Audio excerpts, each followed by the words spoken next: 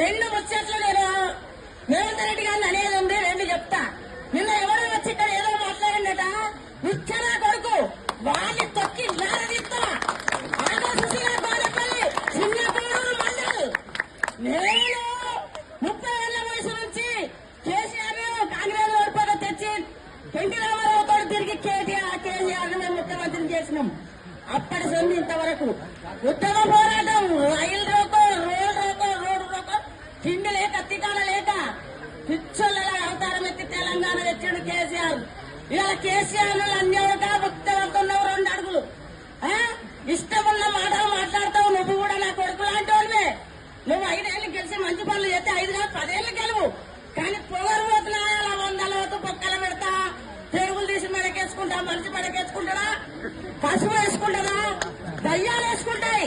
దయ్యాన్ని తరిమి కొట్టారు మీరు 22 వాళ్ళ దయ్యాన్ని తరిమ కొట్టి ఓటు అరుణ్ కుమార్కి అయ్యింది. దయచేసి అక్క చెల్లెళ్ళు అన్నలారా మీ అందరికీ నా తీర్పు వచ్చి నమస్కారం. మీ అందరికి పదే చెప్తున్నా, మీరు అందరూ ఓట్లేసి నేను మళ్ళా గౌరవంగా వచ్చి ఇతడు గెలిస్తే మీ వాడంతా తిరుగుతా. వరుణ్ కుమార్ గెలిస్తే పనులు చేస్తాడమ్మా, కేటీఆర్ పనులు చేస్తాడమ్మా. దయచేసి ఓటు అయ్యింది.